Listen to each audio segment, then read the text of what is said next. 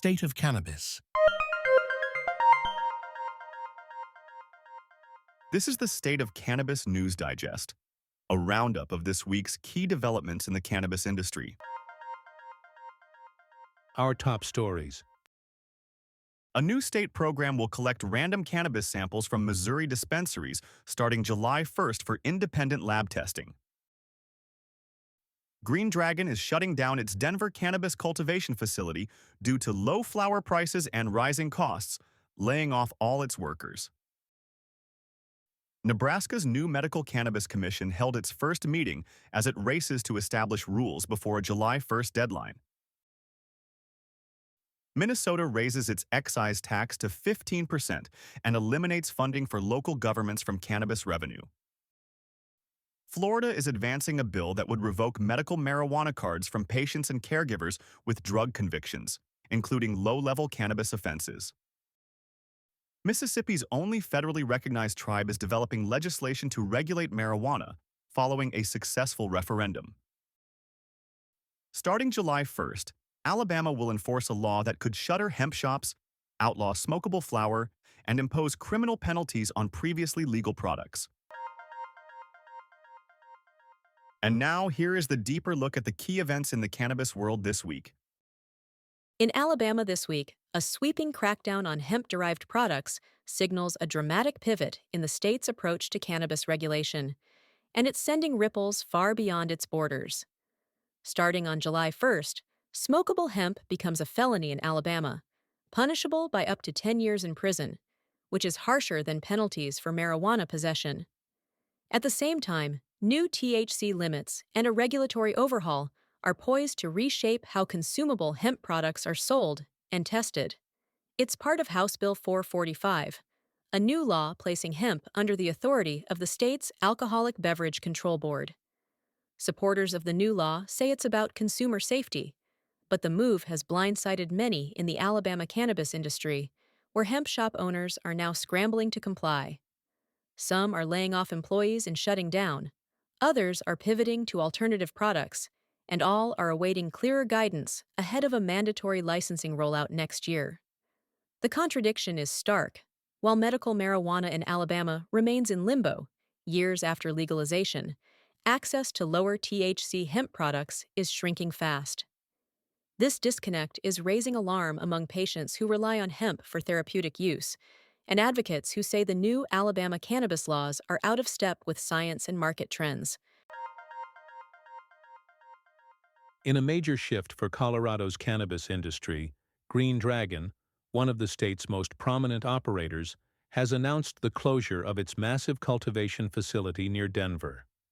The decision, set to take effect by the end of June, will result in the layoff of 45 employees. According to CEO of Green Dragon's parent company, the economics of cannabis cultivation in Colorado no longer make sense.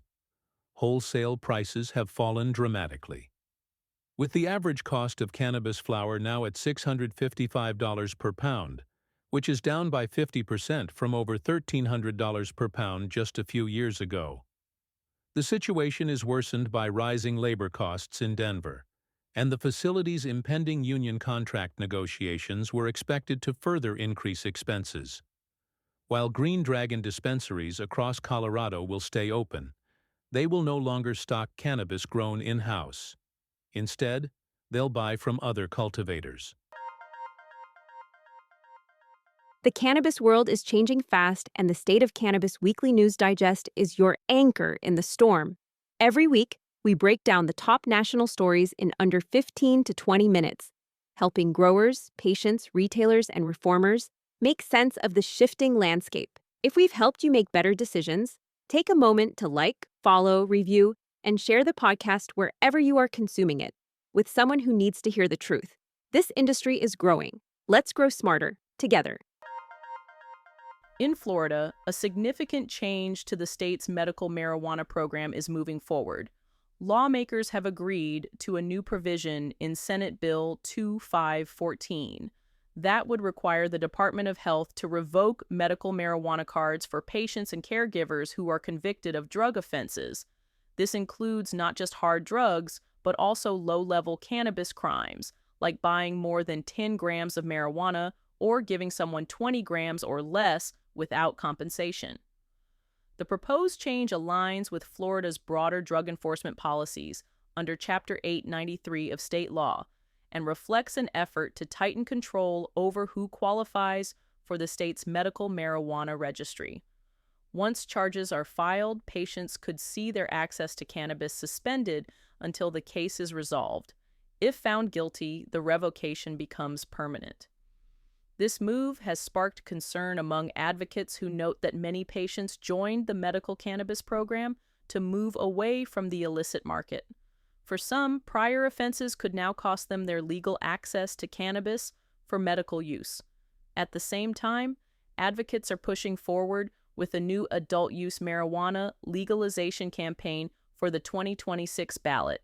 Backed by the Smart and Safe Florida Initiative and cannabis industry stakeholders, the campaign has gathered enough signatures to trigger a state review. But the Republican Governor Ron DeSantis remains a vocal critic and has recently signed legislation making it harder to get such measures on the ballot. In a state where public support for legalization continues to grow, this tug of war between enforcement and reform is likely to define Florida's cannabis landscape over the next year. In a surprise move, Minnesota lawmakers approved a steep tax hike, boosting Minnesota's cannabis excise tax from 10% to 15% before even a single dispensary has opened its doors. Add the state's nearly 7% sales tax, and Minnesota is suddenly among the most expensive places in the U.S. to buy legal cannabis. At the same time, legislators scrapped a planned revenue-sharing deal that would have sent 20% of cannabis tax revenue to local governments, leaving cities and counties with fewer resources to regulate, enforce, or support the industry. Critics warn that this fiscal strategy could backfire when high prices push consumers back into the illicit market. And with local governments sidelined from revenue, the burden of oversight may shift unevenly, especially in rural or under-resourced areas. That tension came into sharper focus just days later, when Minnesota's cannabis licensing lottery hit a bureaucratic snag. A mistaken email sent to all 249 lottery winners told them they hadn't been selected. Though the Office of Cannabis Management corrected the error within an hour, the incident rattled entrepreneurs trying to launch under a new and complex regulatory system. It's a shaky start for a state that has pledged to build one of the most equitable cannabis markets in the country. Minnesota's cannabis industry now faces a dual challenge: a tax policy that could price out consumers and an oversight agency under pressure to earn trust after a public stumble. In a groundbreaking vote this month, members of the Mississippi Band of Choctaw Indians approved a referendum that could pave the way for legal marijuana use and sales on tribal lands. The vote passed 55 to 45, setting in motion a process for developing legislation to decriminalize and regulate cannabis within the Choctaw Nation's territory, home to over 11,000 members across 35,000 acres in Mississippi. While the referendum does not immediately legalize marijuana, it authorizes tribal leaders to conduct feasibility studies and design a regulatory system. If implemented, Choctaw lands could become the first jurisdiction in Mississippi to allow adult-use cannabis, as the state currently only permits medical use under legislation passed in 2022. This move follows similar tribal initiatives in North Carolina and other states where Native American tribes are asserting their sovereignty to regulate cannabis, regardless of federal or state law. Currently, over 1/4 of indigenous tribes in the continental U.S. participate in cannabis or hemp programs. In Missouri this week, cannabis regulators and enforcers moved in sharply different directions, tightening oversight in some areas while targeting others with contested crackdowns. Starting July 1st, Missouri will launch its first state-run cannabis testing program, collecting dozens of products monthly from dispensaries, cultivators, and manufacturers for lab analysis. The aim is to catch contaminants like mold and pesticides and to verify THC levels. The move reflects rising skepticism over private cannabis testing labs, many of which face questions about consistency and credibility, not just in Missouri, but across the country. This effort is especially relevant for the medical cannabis community in Missouri, where patients rely on clean and accurately labeled products. Regulators have already earmarked $2.4 million to expand the testing program, suggesting deeper scrutiny is on the way for the Missouri cannabis industry. But while regulators are boosting product safety, the state's Attorney General is going after a different part of the market: THCA flower. In recent days, cease and desist letters went out to 18 businesses, accusing them of selling what he claims is effectively illegal marijuana under the guise of hemp. Here, the law is murky. Cannabis laws in Missouri don't explicitly ban THCA, and legal analysts say the Attorney General's action may be more symbolic than enforceable. Still, the campaign adds pressure on hemp retailers, many of whom depend on THCA sales to stay afloat. In Montana, the future of cannabis tax revenue continues to stir political tension. Governor Greg Gianforte vetoed Senate Bill 537 on June 6th, preventing a major overhaul in how the state allocates revenue from marijuana sales. The bill would have directed over $140 million to law enforcement, corrections, and related services, cutting into funds earmarked for conservation, mental health, and veterans programs. Gianforte argued that SB 537 conflicted with the spirit of Montana's marijuana legalization initiative and unnecessarily expanded state obligations. His veto keeps funding flowing into the HEART fund and conservation efforts, aligning with voter-approved priorities. The bill's sponsor, Senator Daniel Zolnikoff, expressed disappointment and blamed political compromises within the 2025 legislature. Despite bipartisan support for Senate Bill 537, a veto override appears unlikely unless law enforcement agencies push hard for it. Meanwhile, the governor has already approved House Bill 932, which is a separate measure that maintains some conservation funding while redirecting the bulk of cannabis tax revenue into the state's general fund. Nebraska's effort to launch its first legal medical cannabis program has officially begun, but it's already facing serious challenges. On June 9th, the state's newly formed Medical Cannabis Commission met for the first time in Lincoln.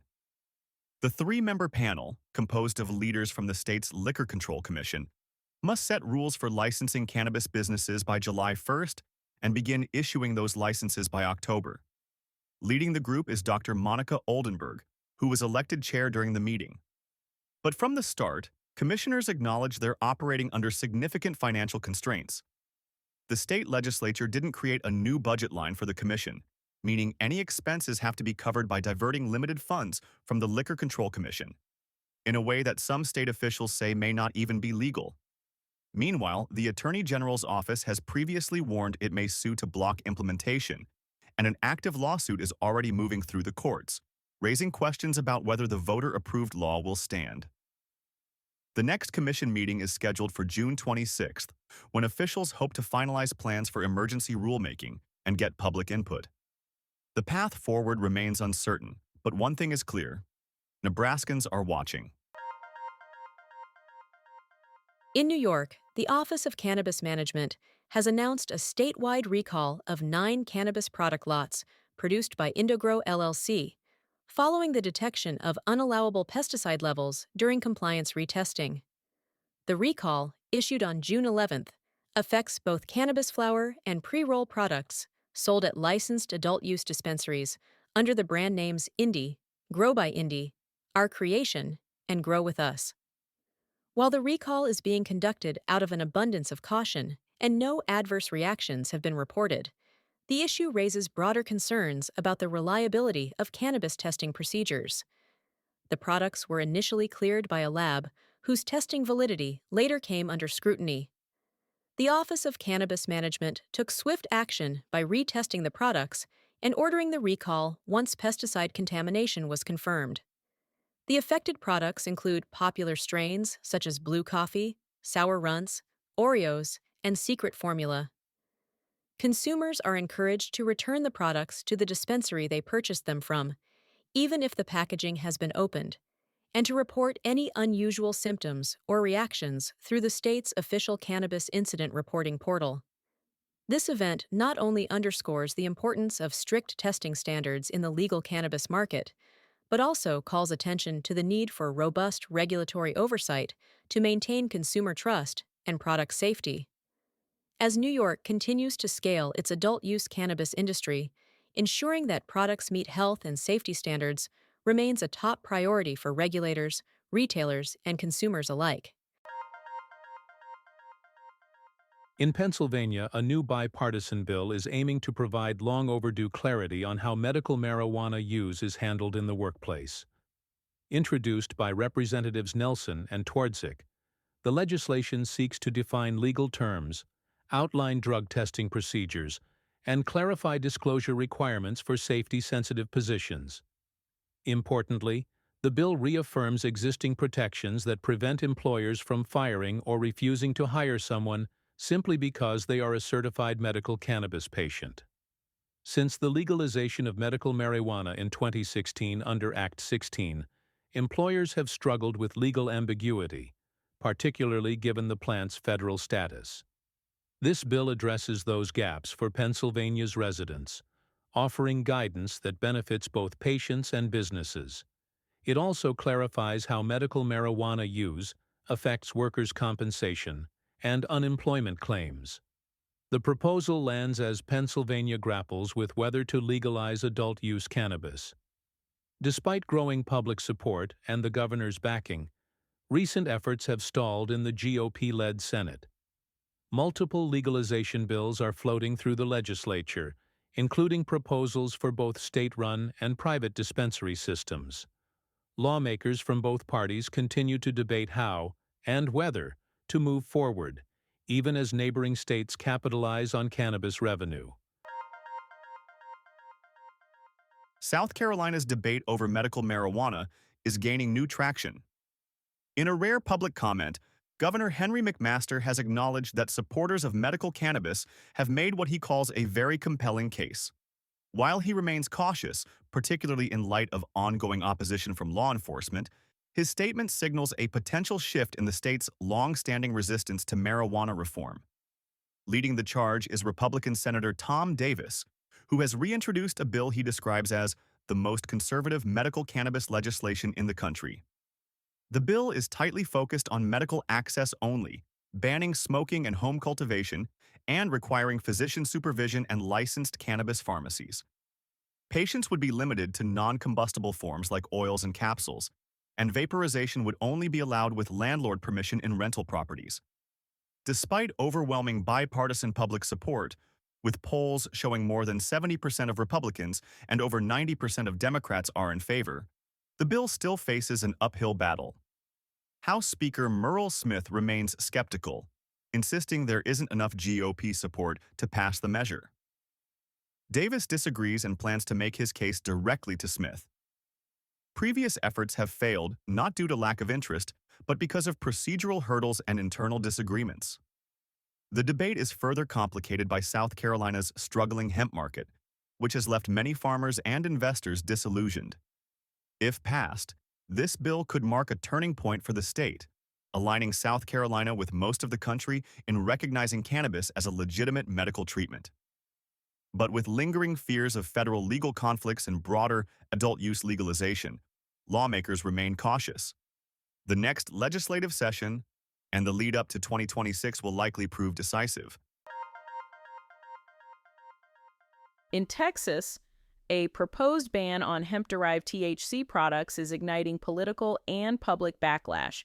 Senate Bill 3, which is currently awaiting a decision from Governor Greg Abbott, would effectively eliminate all THC cannabinoids derived from hemp from the legal market, limiting available products only to CBD and CBG. The bill includes harsh penalties, expensive licenses, and bans on products appealing to minors or sold for smoking. The Texas Hemp Business Council, which commissioned a new poll of likely Republican primary voters, says the results are clear. 47% oppose the ban, while just 37% support it. Even among a traditionally conservative base, the bill is unpopular. And among veterans, many of whom use hemp-based THC products as alternatives to opioids, opposition is even stronger. Opponents argue that Senate Bill 3 would destroy an industry that supports over 53,000 jobs and nearly 8,000 businesses statewide. Already, more than 118,000 Texans have signed a petition asking the governor to veto the bill, and 5,000 handwritten letters have been delivered to his office. Two separate statewide polls show similar results. Texans prefer regulation over prohibition by a wide margin. Young voters, independents, and even seniors say hemp products should remain legal but well regulated. Governor Abbott has until June 22nd to act. He can sign the bill, veto it, or let it become law without his signature. If passed, Senate Bill 3 will take effect on September 1st, with product registration deadlines set for January 1st, 2026. For now, the fate of Texas's legal hemp market and its thousands of workers hangs in the balance. Thanks for tuning in to State of Cannabis, your weekly cannabis news digest. If you found today's episode useful, follow us, give us a like, leave a review or a comment, and share the podcast with someone who needs to hear it. We'll be back next week with more cannabis news, broken down and bias-free.